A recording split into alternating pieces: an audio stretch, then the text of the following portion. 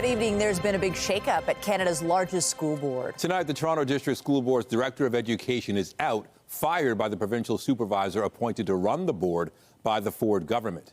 CTV's Janice Golding is live tonight outside TDSB headquarters with the latest. Janice. Hi, Nathan. You're right. A provincially appointed supervisor has fired the TDSB's Director of Education, saying the board needs a fresh start. We have reaction now from critics. Clayton Latouche, who had only served as the Toronto District School Board's Director of Education since February, is out of the job, effective immediately. In a memo to staff, Rohit Gupta, whom the province appointed board supervisor 6 months ago, said, "I feel that the TDSB needs a fresh start as we look to set the TDSB up for success in the years ahead. With that in mind, and after much consideration, I, together with the Minister of Education, have made the difficult decision to make a leadership change. The change will involve moving Associate Director Stacey Zucker into the role on an interim basis." The reaction from opposition parties was harsh and swift. You have the government, the Minister of Education, who's appointed a conservative insider with no education experience at all.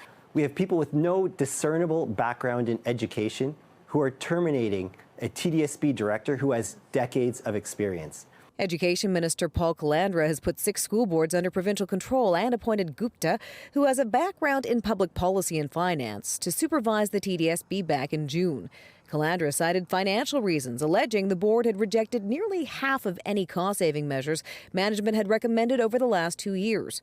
In a statement today, the minister said, "Under the continued leadership of the supervisor, the Toronto District School Board is refocusing on student achievement. I have full confidence that the supervisor, working with the interim director, will drive that focus and ensure every decision puts students first." Critics say, however, the issue isn't Latouche, who has held various roles at the TDSB, the York Region School Board and the Ministry of Education. Instead, they point to chronic underfunding to the tune of $1,500 per student and shrinking student-teacher ratios as class sizes have gone up. We have a government that is dead set on running our education system like a one-man show from an office at Queen's Park. Oh, I'm really concerned about it, honestly. And I think it's, again, the government politicizing decisions at our school boards. Citing financial mismanagement, Education Minister Paul Calandra has put 6 school boards under provincial control in recent months. In fact, just weeks ago, the province passed Bill 33, which gives the minister greater power to take over any school board not complying with his directions. Calandra says he will be announcing other changes to board governance in the new year with a mind to the role of trustees. Critics, of course, are saying that getting rid of trustees would erode input from both parents and the community. Reporting live, I'm Janice Golding. Now back to Michelle. Thank you, Janice. Also tonight, dozens of arrests, millions in drugs, and an array of handguns. Durham Regional Police deal a major blow to gang activity in the GTA and beyond. But first, let's take a live look outside on this Friday evening. Looking quite gorgeous. Definitely the temperatures are part of our weather story today and into the weekend. Lindsay Morrison is live tonight in Scarborough, and she'll have more on what we have weather-wise this weekend, but there's also some other stuff. Right, she's collecting toys for kids in need, all part of CTV's 30th annual Toy Mountain campaign. Lindsay. Nathan, Michelle, we've only got 1 week left of our Toy Mountain campaign, so I'd say it's go time. When you say, I've got Elf on the shelf here. Thank you, Kidamo, for being with us, and so many other wonderful friends here to help us build a Toy Mountain. And we're off to another great start this evening. Stacey, you're joining us from First Frontier, and this is not your first year donating to Toy Mountain. Correct. This is our 4th year, and we're so honored and happy to be able to be here today, and thankful to our staff for helping contribute some toys and some funds that give back to the community. And speaking of funds, I see the toys. Tell us about this monetary donation.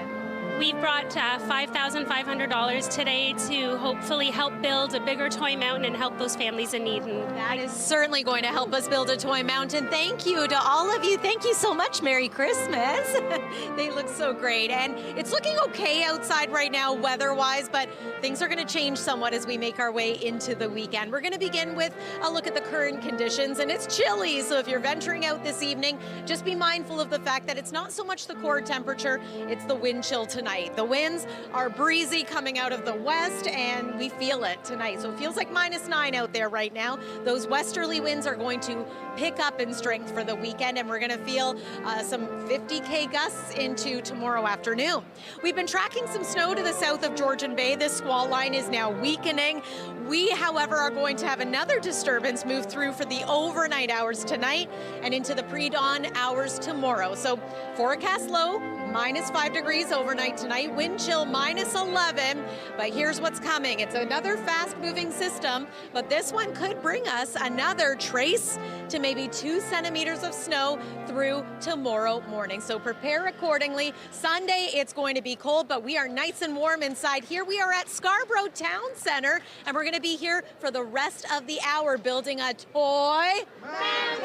And we got all kinds of friends that we're going to be speaking with coming up. Thank you again to First Frontier. Let's wave to everyone watching at home, and Nathan and Michelle, we'll send it back over to you. All right, great turnout. Thanks, Lindsay.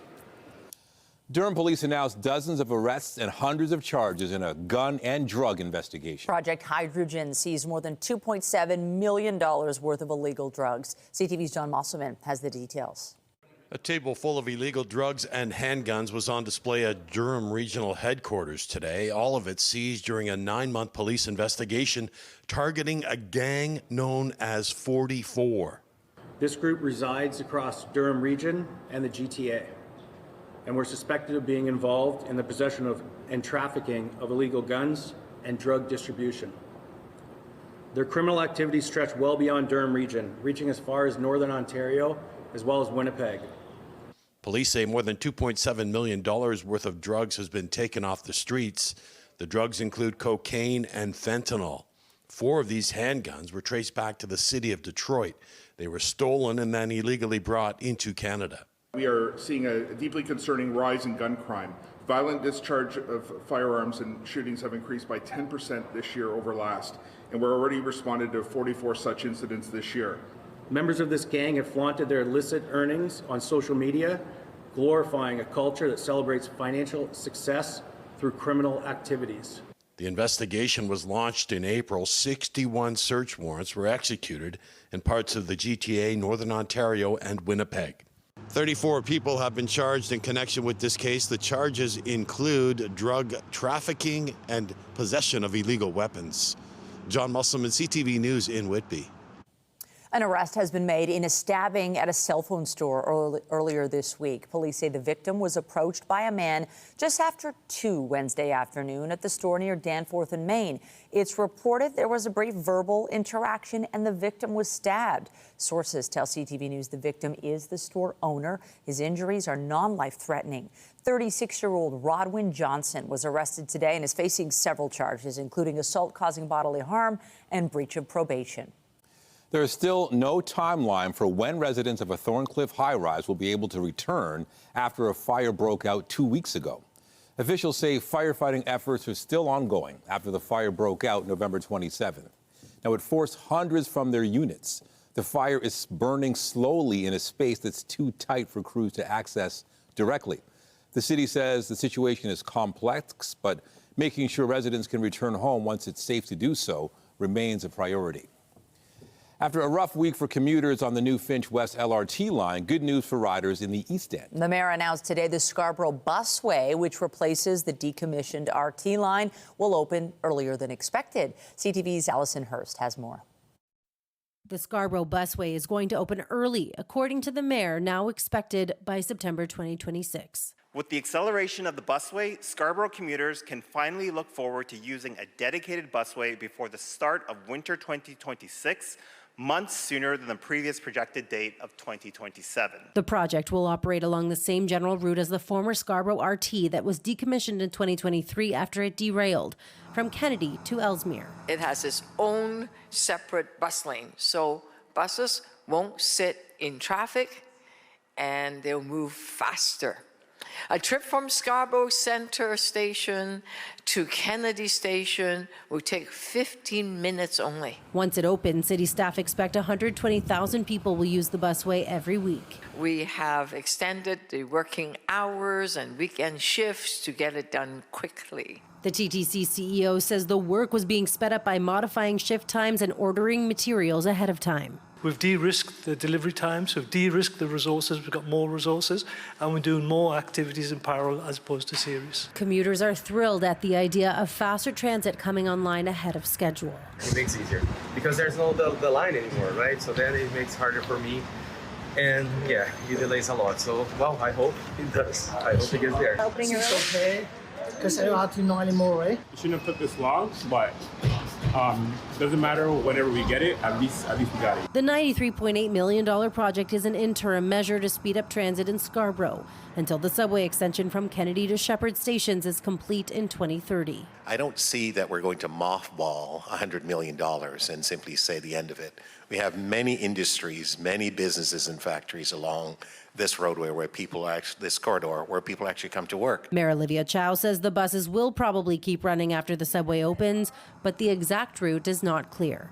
Allison Hurst, CTV News. Still ahead, dangling 4,500 meters in midair. A skydiver's parachute gets snagged on an airplane's tail in Australia. The drama, suspense, and hook knife rescue coming up. A lot of reaction today to Conservative MP Michael Ma crossing the floor to join the Liberal Party, which is now on the brink of a majority government. It's a blow to the opposition and leader, Pierre Poilievre, ahead of next month's leadership review. CTV's Judy Trin reports. To our newest member of the Liberal Party, Michael Ma. Plans for Michael Ma's defection were completed just a few hours before the Prime Minister announced it. Sources say the stealthy move was initiated by Natural Resources Minister Tim Hodgson, who represents a neighboring riding. Wow, such a big welcome. Thank you. Few saw it coming. Ma was dancing at the Conservative Christmas party a day earlier. He even posed with Pierre Poilievre for photos. On X, his secret Santa, Conservative MP Kurt Holman, says he gave Ma an Amazon Fire Stick and wants it back. Poilievre says Ma is letting down the people who elected him to fight for an affordable future and will have to answer to them. Ma was elected this past April in Markham Unionville. In the riding, nearly 60% of residents are from China or South Asia. Regional Councillor Joe Lee campaigned for Ma. He says many constituents support Carney's recent moves to improve relations with China and India. By and large, they think the Prime Minister make a good move. This follows Chris D'Entremont's floor crossing in November. The Carney government is now at 171 seats, just one away from a majority, and are open to courting others. They realize, like we do, that we're in a trade war and that serious solutions are required. And they are required every day to go through this charade of obstruction. That is a soul-destroying experience for many Conservative members of Parliament. In the new year, there could be as many as 4 by-elections, and they're not all safe Liberal seats. As for Pierre Poilievre, he'll have to answer questions about the defections when his leadership comes up for review in January. Judy Trin, CTV News, Ottawa. Across the country to British Columbia now, where people are preparing for the possibility of more flooding as another atmospheric river is forecast for Sunday. As difficult as the last few days have been, there is more rain in the forecast. Now is the time for people in flood areas. If you have not done so already, pack a grab-and-go bag. Make it ready. Have the essentials that you need if you are asked to evacuate suddenly. We could have a challenging weekend ahead of us, but with collaboration and teamwork, we will get through this together. This week's flooding has forced hundreds of households to evacuate while inundating poultry barns and forcing livestock relocations. Waters that poured across from Washington state have started to recede around Abbotsford. Today, the mayor said he has not been contacted by the federal government about the floods and is disappointed and frustrated with Ottawa's inaction on cross-border flooding that has repeatedly inundated his city. A top Mounties notes went missing in the middle of an investigation into the actions of top RCMP brass. It's all in a report obtained exclusively by CTV News. And as CTV's John Woodward reports, rank-and-file Mounties are asking how that's possible.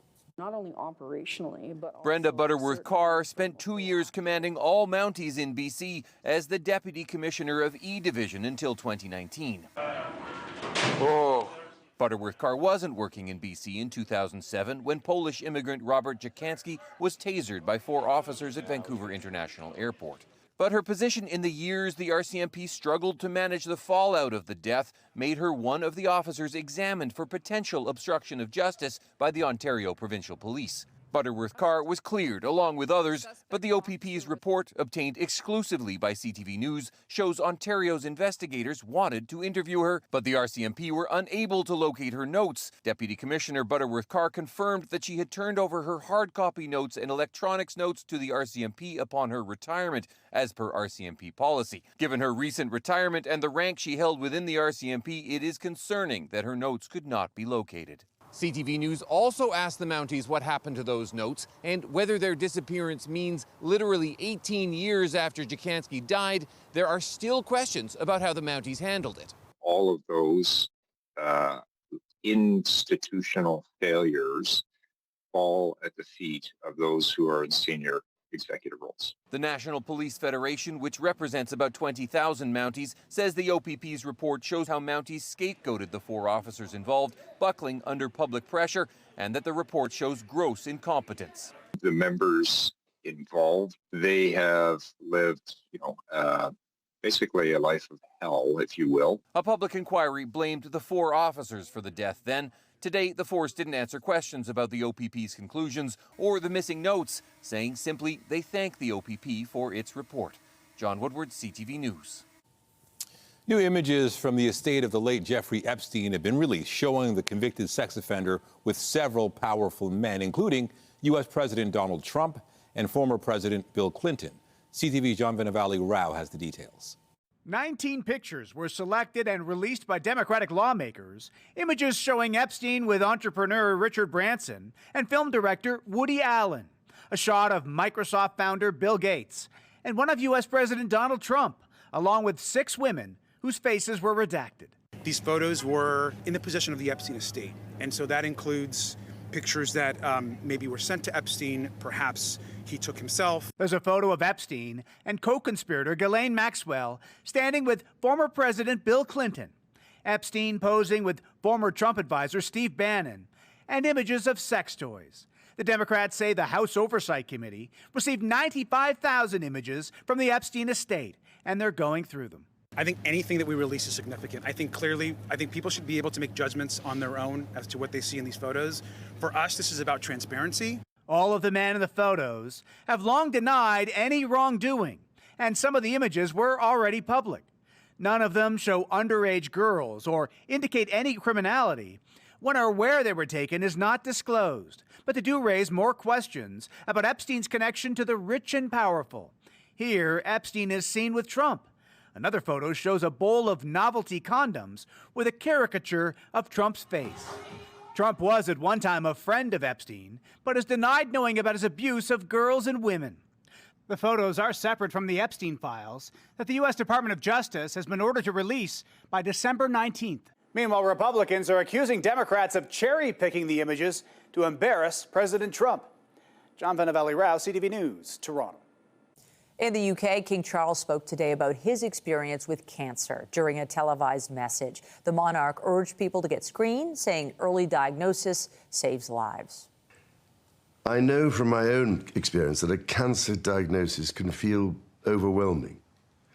Yet I also know that early detection is the key that can transform treatment journeys, giving invaluable time to medical teams and to their patients the precious gift of hope.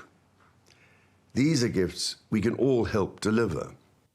The monarch's message was in support of Stand Up to Cancer and part of a campaign to promote screening. He said his early diagnosis and treatment will allow doctors to reduce his treatment in the new year.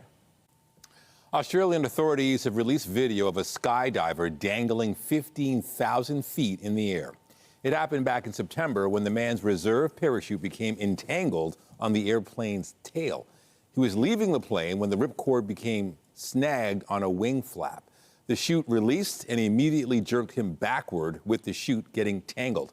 But he managed to use a knife to cut 11 lines that enabled him to release his main chute, and then he landed safely. Hard to believe. I'm Pat Ford, and coming up, it's Feedback Friday. More viewers tell us they've also ended up with worthless gift cards. More people wonder, when is a winter tire really a winter tire? And does it really cost more than $20,000 to repair a sunroof? Feedback Friday is just ahead. We are live tonight at Scarborough Town Center, where we are building a mountain of toys. Karen, thank you for hosting us here tonight. Of course. On behalf of Scarborough Town Center, we're so happy to be hosting Toy Mountain here today. It's so great to see the community come out and donate all these toys and all these funds to the community. And you donated, I believe, 2 racks of toys here. 2 cartfuls of toys. Thank you so much, Karen. Thank you. And we want to show our viewers another special guest that we have here tonight. This is Marit Stiles, leader of the NDP, official opposition as well. Thank you for being here tonight and supporting Toy Mountain. Well, it is great to be here, and congratulations also on 30 years of Toy Mountain. I brought a bag of toys.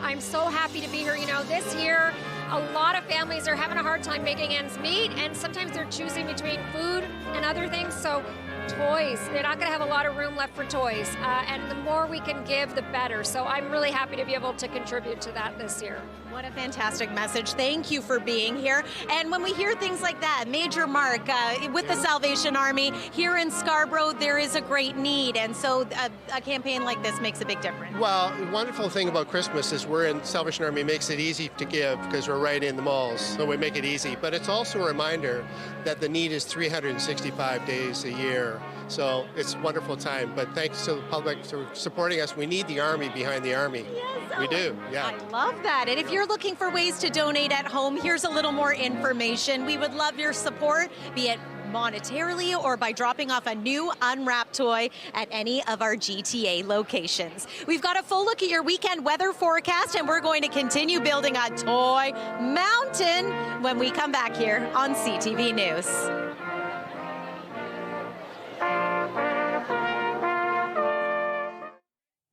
We get a lot of reaction to our consumer stories, and viewers had lots to say about empty gift cards and expensive sunroof repairs. People also have more complaints about jewelry thefts and winter tire insurance discounts. Here's Pat Foran with Feedback Friday. Pat. Thanks, Michelle and Nathan. Winter tires make a big difference when the roads are covered in snow and ice, and there's a newer winter tire called an all-weather tire you can leave on your car all year long. Some insurance companies give them an insurance discount, and some don't. An all-weather tire is a hybrid which has the attributes of an all-season and a winter tire in one tire. Most all-weather tires come with the snowflake and the mountain symbol. That's supposed to mean it's a true winter tire. CAA gives them an insurance discount. Aviva doesn't. They're not the same level that snow tires are. Robert wrote, I have all-weather tires with the snowflake and the mountain symbol. My insurance company is refusing to give me the winter tire discount. Over the years, sunroofs have gotten larger and more complex. Mark Hiltz has a 2020 Toyota Camry, and when the sunroof malfunctioned, he was shocked to be told to repair it would cost over $20,000. I thought for sure that maybe the decimal place was in the wrong spot. Dave told us, I also have a 2018 Toyota Camry with a sunroof that ground to a halt. The repair estimate was over $26,000. No thanks. And Patty wrote, thanks for the sunroof story. Always wanted one, but now I think I'll do without. VJ Vikrant was approached by a woman handing out free jewelry. She put a plastic chain around his neck, but at the same time removed his gold chain, which was 70 years old and a gift from his father. It happened so fast, actually. I just could not believe myself. Jay told us, my friend and I were robbed of our gold necklaces in Mississauga. We were stopped by 3 adults, distracted, and by the time we noticed, they were gone. Very embarrassing. Peter and Elaine Terry bought their good friend a gift card for the LCBO. When he went to use it, it was empty. We felt so bad.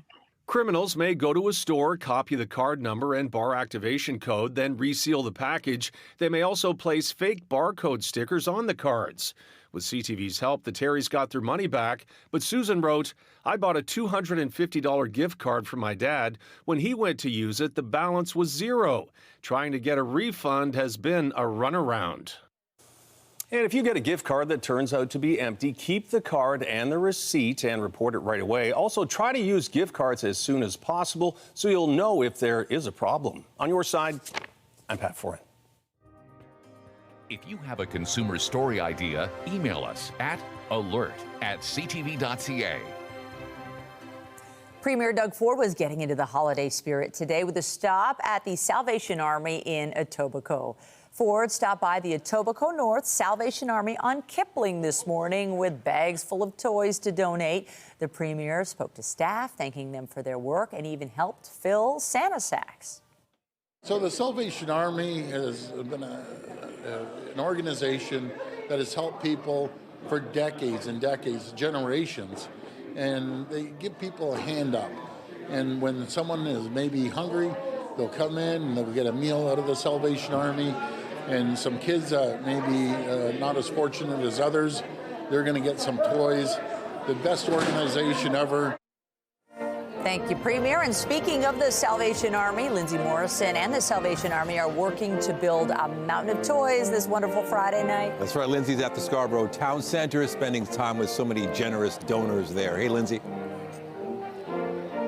Nathan, Michelle, it is so busy here tonight, which we love to see. People are doing some shopping and they're joining us for a little Toy Mountain celebration. And there's lots to celebrate tonight as we build a Toy Mountain. Oh, love that energy over there. Let's talk first with the Blue Rooster and Teresa. Nice to see you again. Tell us a little bit about your contribution tonight. We're happy to be a part of it again. We've done it for the past couple of years. It's just a part of giving, and especially during these times, warmth and love is what we're all about. So we're happy to give back to the community. And this is a wonderful monetary donation from you. $1,000 to Toy Mountain. Yes, and we hope to give more in the future. Let's hear it for them. Thank you so much, the Blue Rooster. Hello, Elf on the Shelf. This is always so exciting for kids to be able to see the Elf on the Shelf. A big hello and a big thank you to Kid Mo for being here as well. All right, my next wonderful group here. You are from Continental Currency Exchange, yes. Michelle, it's nice to chat with you today. Thanks for joining us. Thank you so much. We're thrilled to be here. This is our third year participating in Toy Mountain, and we can be more than happy. Our generous customers and our clients and our staff that made this happen. Our goal was 3,000 and we came up with 4,045. I think that's pretty amazing. That is incredible. Yeah. Thank you so much. Thank you to all of you for being a part of this. And I know it's not just the monetary donation you brought. Absolutely. It's all about giving back to our community, the children. Just knowing that somebody's going to get to wake up with a toy in the morning brings, melts our hearts. So we're so happy to be a part of this, and we can't wait to keep doing it. I have no doubt you're inspiring others watching at home as well. Big round of applause for Continental Currency Exchange too. I want to talk a little bit about the weather because that's becoming a little more active again also. Let's begin first with a look at the satellite and radar imagery. We've had some snow south of Georgian Bay today. We got a little bit of a break from the snow, the wind, and the cold here in the city of Toronto, but everything's set to make a bit of a comeback. We've got a disturbance that's going to swing through overnight tonight, and this one could bring us another quick dusting of snow, maybe a trace to 2 centimeters around the GTA. And so the timing of this is going to first begin in the pre-dawn hours tomorrow. So let's pause this there around 5 a.m. You can see that snow moving into the GTA. Fortunately, it is fast moving. It looks to depart by about mid-morning. But look what happens next. Those cold winds off Lake Huron and Georgian Bay trigger more in the way of lake effect snow. So if you're joining us from the snowbelt regions, oh boy, there is more snow headed your way. Winds shift to more of a northwest wind for Sunday. That is going to cool us down dramatically. We might also see a few more flurries as a result of lake effect bands reaching us here in the GTA as well. But other than that, expect a mix of sun and cloud kind of day for both days. There's that 2 centimeters of snow that we could be in for here in Toronto, but look at Owen Sound, look at Aurelia, maybe another fresh 20 centimeters of snow, and that's of course on top of what is already on the ground, which I know has been a very snowy end to the fall season and beginning of winter. Winds are going to be strong for tomorrow. Look at the cold air across the Canadian prairies and northwestern Ontario. -2 is where we stand right now at Pearson Airport, but it feels like -9. Bundle up if you're heading outside tonight, even though that temperature not quite as cold as it's been at times this week. Tonight's overnight low, -5 degrees. Still going to feel like -11 once you factor in the winds. Tomorrow, we reach our daytime high a little bit earlier on in the day, so that'll be about -2 degrees. Wind chill -9, but the temperature falls in the afternoon. And again, we are looking at that morning snow. Afternoon should be a little bit brighter, a little bit drier. And your weekend forecast, yeah, that brings some cold air, especially into the day on Sunday. Look at this, an afternoon high of only -7 degrees, overnight low -14, and that chance of flurries is there once again. Here is the 7-day forecast. Want to talk about next week. So Monday, possibility of some snow there. Wednesday, mixed precip possible, the high around 4 degrees and maybe 6 degrees by Thursday, and some rain. So quite a swing in the other direction temperature-wise and condition-wise. We are here building a toy mountain. And I'm here with the OPP. Peter, you wanted to be a part of Toy Mountain this year. We're very honored to be here. Thank you so much for having us. We're from 407 OPP Detachment. We did a toy drive today at Walmart here at Scarborough Town Center. We'll be here again tomorrow, 10 a.m. to 4 p.m. Thank you, everybody, for all of your support. Many people came out. We filled up a full police cruiser. It's amazing to see. And we're looking to fill up more tomorrow. So come by tomorrow, say hi, come see your cruiser, and help us build up Toy Mountain. Hey, you did it for me. I love that. And we love hearing about the Cram a Cruiser, the Stuff a Cruiser. Thank you to everybody who makes your own personal campaigns a joint effort with Toy Mountain. We so appreciate it. Here's more from the Salvation Army Band, and as we listen to them, we'll let you know ways that you can donate and make a difference at Toy Mountain. Make sure you scan to donate and find out more info. Stay with us. We'll be right back.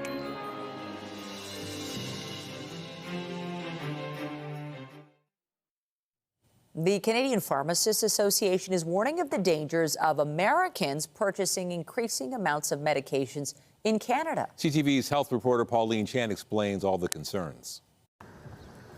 Americans have been coming across the border to Canada and Mexico for years, seeking cheaper medications. But recently, there's been a worrisome development. What we've noticed more recently, of course, is that some states have developed these programs that are a little bit more bulk purchase-like. So they're not fully, state endorsed, but there's employers who are doing it. And the concern is that bulk purchases like that could adversely affect Canadian medication supplies and aggravate shortages. Some types of medications most commonly affected by cross-border purchasing include diabetes and weight loss drugs like insulin and GLP-1 drugs like Ozempic or Wegovy, biologics, and oncology drugs.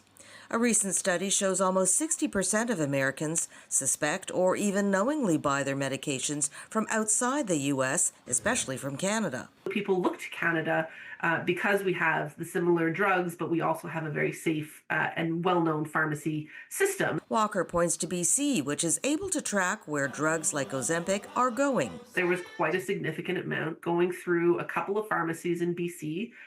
Down to the U.S. It's technically not allowed, says Walker, but other provinces don't have systems to track purchasers. The Canadian Pharmacists Association would like to see the ability to track purchasers' data in all provinces. Enforcement still remains a little bit of a difficult topic, primarily because Canadian pharmacies are regulated and the profession is regulated by regulatory authorities in each province. But if you're acting outside of that and you're not a licensed pharmacist or you're not a licensed pharmacy, technically the colleges don't really have a way to regulate you. It adds that U.S. purchasers not only drain resources from Canadian patients, they also put an administrative burden on Canadian pharmacists and doctors as we struggle to find alternative medications. Pauline Chan, CTV News. Flu season is hitting Canada especially hard this year. That has sparked an urgent plea from one Ontario children's hospital looking for family doctors to help to treat the spike in cases. CTV's Abigail Beeman has more on cases across the nation. Samantha Kingsbury experienced what Ottawa's Children's Hospital is calling unprecedented volumes in the ER, stretching capacity to the limit. There's a lot of people inside. Seems like there's a lot of coughing. The hospital is extending hours at a clinic, and its CEO is asking family doctors and pediatricians to prioritize after-hours and urgent appointments for children with respiratory symptoms, but no one at CHEO would do an interview about it. We're prepared for it, and in fact, our family health organization will be open during Christmas to New Year's every single day, at least 8 and sometimes 12 hours a day, and many family doctor practices are doing the same thing. Across Ontario, there are more than 7,000 total cases, 43% of them reported last week. We still know how to prevent it and how to manage cases. It's just at a population level, likely going to be a tougher year. In Alberta, flu cases jumped by 70% last week, with 216 hospitalizations and 3,703 cases total. That's just the cases that we know. There's a lot more cases within the community as well. So that's not alarming in and of itself. This Edmonton emergency room doctor says for the average healthy person, if you feel like you were hit by a train, don't head to the ER. It's the same old story. Get vaccinated, get vaccinated, get vaccinated. If the strain that we picked for this year is slightly off, that doesn't matter. It doesn't mean the flu vaccine's ineffective. It may be a little less effective. I haven't had the flu in many years, so I'd say it's doing its job. I got mine in November. With the flu season off to an earlier start, experts are reminding people about etiquette around holiday gatherings. Cough or sneeze into your sleeve, don't reuse napkins, and of course, if you're sick, don't go. Abigail Beeman, CTV News, Ottawa.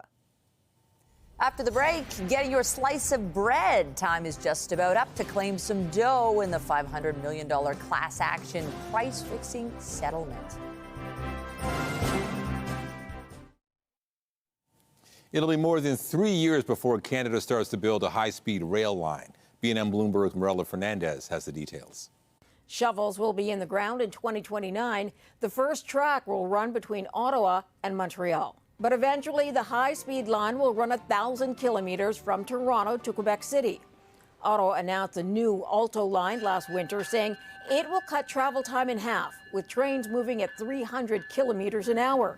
The cost of the rail project pegged between $60 and $90 billion. Lululemon shares ended the day almost 10% higher after the company announced its CEO is leaving. Stock in the yoga-wear retailer has been dragged down this year, with more competition and knockoffs making it into the market. The company reported earnings yesterday and is raising its profit forecast. Cannabis stocks also gaining today after reports the American president will ease restrictions on the drug. Reclassifying marijuana in the U.S. could land it with common prescription painkillers. Right now, it's in the same class as drugs like heroin. Here are the closing numbers for the day. The Canadian dollar is down to 72.63. West Texas Intermediate crude is down to 57.24. Western Canadian Select also down to 44.06. And the TSX dropped 133 points today, ending the day at 31,527. Those are your business headlines. I'm Marella Fernandez.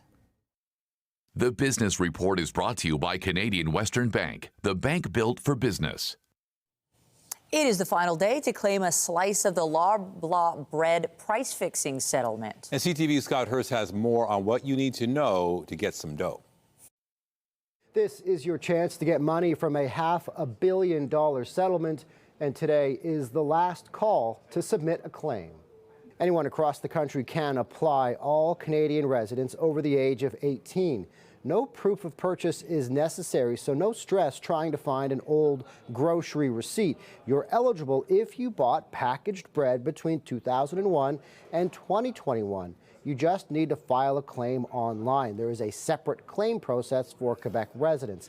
This stems from accusations against Loblaw and its parent company of engaging in an industry-wide scheme to fix the price of bread, along with other big players in the grocery industry who have denied involvement. We've been litigating for 8 years. It's been very difficult. It's an expensive, protracted, slow process. But we did our best to hold Loblaw's feet to the fire. But to their credit, they came to the table.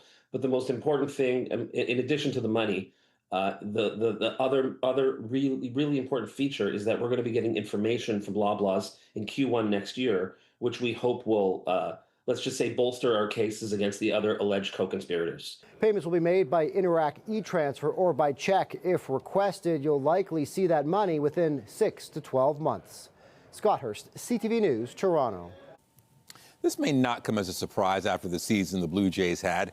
President and CEO Mark Shapiro's contract's been renewed for another 5 years. Shapiro says the opportunity to lead the organization over the past 10 years has been incredibly fulfilling, and he's grateful and honored to be able to continue that work. Financial terms are not disclosed. The extension comes on the heels of the Jays' first appearance in the World Series since 1993. Shapiro joined the team after the 2015 season. He spent 24 seasons with the Cleveland Guardians, including the last 5 years as team president. There are major closures on the subway's Line 1 and 2 to be aware of this weekend. On Line 1, there will be no service between Osgood and College stations both Saturday and Sunday. This is for planned track work.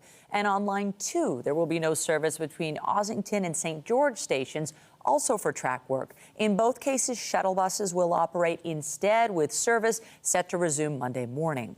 Now, GO train service will also be disrupted. This on the Lakeshore West line this weekend for track work. There will be no train service between Burlington and Union Station Saturday and Sunday. Replacement buses will serve some stations in Oakville, Burlington, and Mississauga. This will take riders to Bramaligo, where they can catch a train to Union Station. There will be no service at Appleby, Bronte, Port Credit, Long Branch, Mimico, or Exhibition.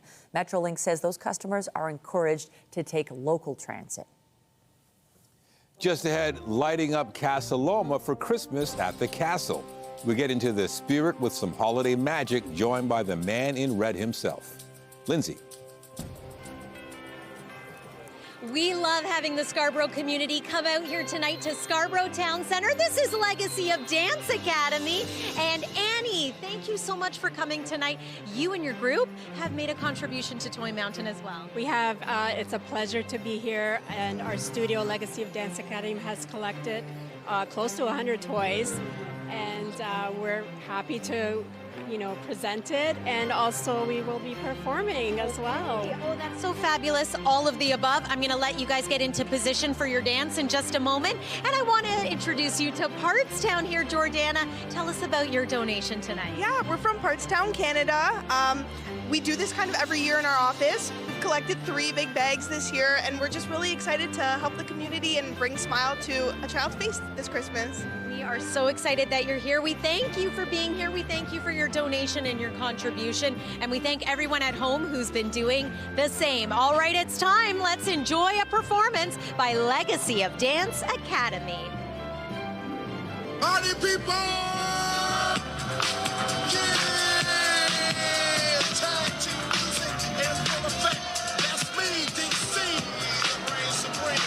And my man Steve Bowman. We're kicking the flow. We're kicking the flow. And it goes a little something like this. Tag team, back again. Check it directly and let's begin. Party on. Christmas has arrived at the Castle. The Holiday Lights Tour is bringing a festive spin to Casa Loma with live performances and decor to explore. CTV's Jessica Smith paid a visit to the popular attraction and even got the chance to talk with Santa himself. Let it snow, let it snow, let it snow. The holiday season is in full swing at Casa Loma. The daytime program is called Christmas at the Castle. You get to walk through the castle and enjoy all those beautiful trees that those amazing interior designers have put up for us. And once the sun sets, there's even more to explore. Nighttime is holiday lights. So for 5 o'clock, starting down at our Davenport gates, you begin that promenade through this forest part of the castle, which a lot of people don't see. Programming throughout the day includes a variety of live performances,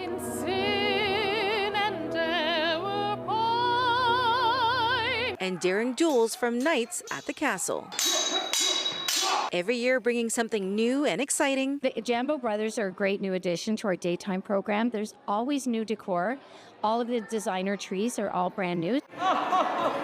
And of course, the main man in red is on site to help make everyone's Christmas wish come true. It is wonderful being here at Casa Loma. I'm gonna be here right up until Christmas Eve. Kids of all ages come in to see me, take a picture, tell me what they want for Christmas. The nearly 2-kilometer stretch has something fun and festive for everyone. In the spirit of the holiday season, Casa Loma is once again participating in the CP24 Chum Christmas Wish.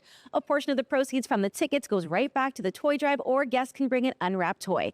All the holiday magic here at the castle runs until January 2nd. Jessica Smith, CTV News. Another popular spot in the city this time of year is the Scarborough Town Center. Lindsay, you've got quite the haul there tonight. Yeah, we've had a fabulous night, Michelle and Nathan. Did you enjoy that dance performance by Legacy of Dance Academy? They're helping us build a toy. And they're doing a wonderful job. Thank you, kids. I want to introduce you to the Wan family. They decided to come by Scarborough Town Center tonight. And Lisa, you're making a donation? We are. Tell us a little bit about it.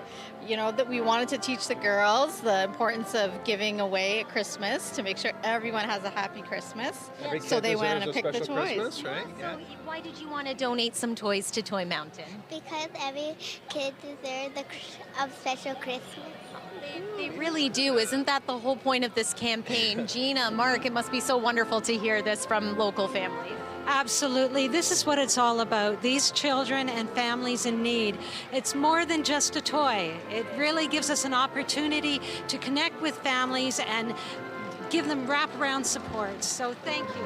Thank you to the Wan family. Thank you to everybody who has donated tonight. One more look at your 7-day forecast as we head into the weekend. It's been fabulous here at Scarborough Town Center. We're going to leave things off with the Salvation Army Band. They sound wonderful tonight. Nathan and Michelle, back to you. Thank you so much.